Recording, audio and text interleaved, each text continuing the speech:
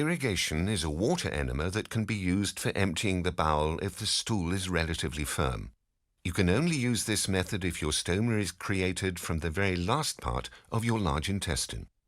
You must never start using irrigation without having prior advice and training from a stoma care professional. It is recommended that training can begin no sooner than 10 days after surgery. Irrigation should not be done occasionally. It should be done routinely every 48 hours. Since irrigation takes up to an hour, your family members' routines of using the bathroom should be considered. To perform the irrigation procedure, you will need an irrigation bag to contain the water for the irrigation, a cone to be inserted in the stoma and lead the water into the stoma, a regulator to regulate the flow of water into the stoma, and a sleeve to be attached to the base plate and lead the evacuation of feces from the stoma to the toilet. In the following, the irrigation procedure is demonstrated when normally using an ostomy bag that is attached to a base plate by a plastic coupling. If you do not use such a system, you can irrigate by attaching a pressure plate to the skin with an irrigation belt. When you use the irrigation system, water will flow from the irrigation bag, through the regulator, and finally enter the stoma via the cone. Start by making sure that the flow regulator is completely closed. Connect the tube on the cone to the flow regulator.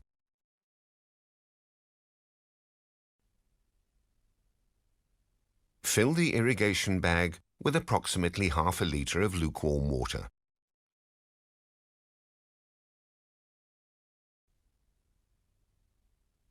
During the irrigation, you can sit or stand as you please.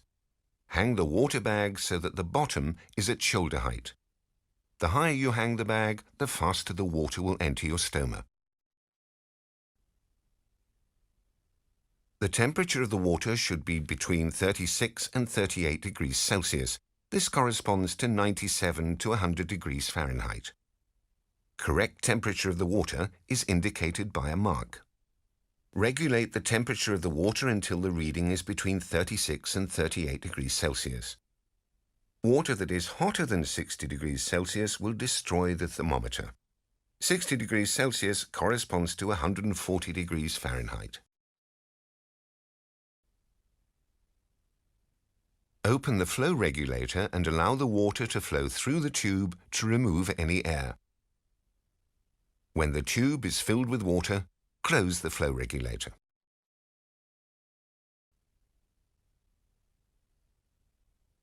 The sleeve is connected to the base plate as follows. Ensure the lock ring is open. Press the sleeve and base plate together, starting at the bottom. Run your fingers around the coupling on the outside of the sleeve from the bottom to the top. When a slight click is heard, the sleeve is securely positioned on the base plate. The sleeve may be turned to its optimal position. Then close the lock ring. When you hear a click, the sleeve is securely locked to the base plate.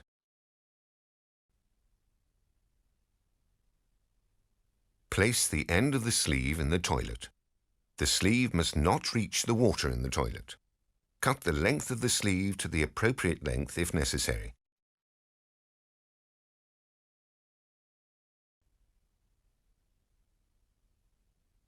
Now gently put your finger into the stoma to feel in which direction the cone should be inserted in order to follow the intestine.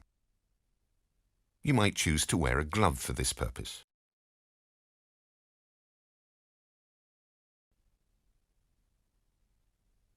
If necessary, lubricate the cone with water before use.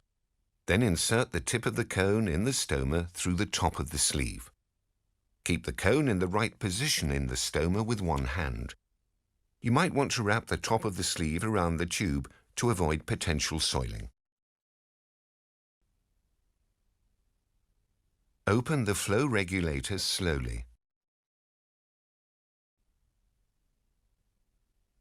The flow of water can be regulated by adjusting the speed on the flow regulator, or by gently adjusting the position of the cone in the stoma.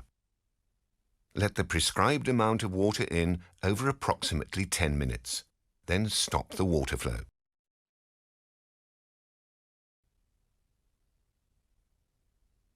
Inside the intestine, the water will provoke peristaltic movements, forcing the intestine to empty feces and water. Now remove the cone from the stoma. After removal of the cone, there might be a slight evacuation of water and feces.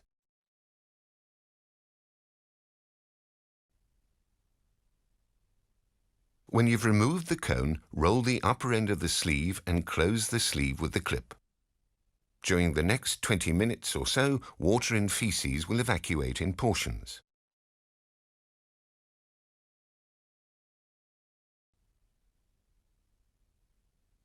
For the intestine to evacuate completely, wait another 20 minutes or so.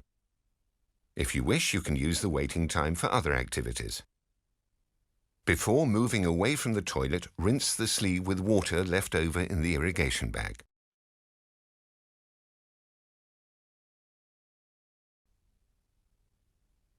Ensure that the bottom of the sleeve is clean before folding it up. Secure it with a clip, such as a clothes peg with a spring. You can now freely move around.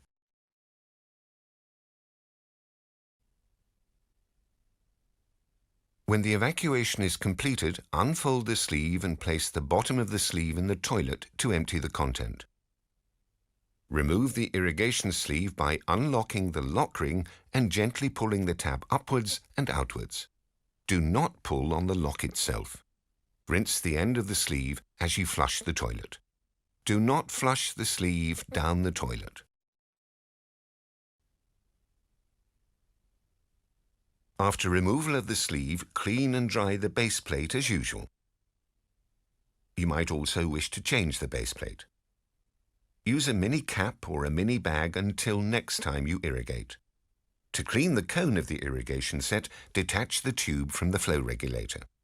Clean it with soap and water and dry it. The rest of the irrigation set is cleaned with water and dried. Put a piece of folded toilet paper in the irrigation bag to absorb any moisture.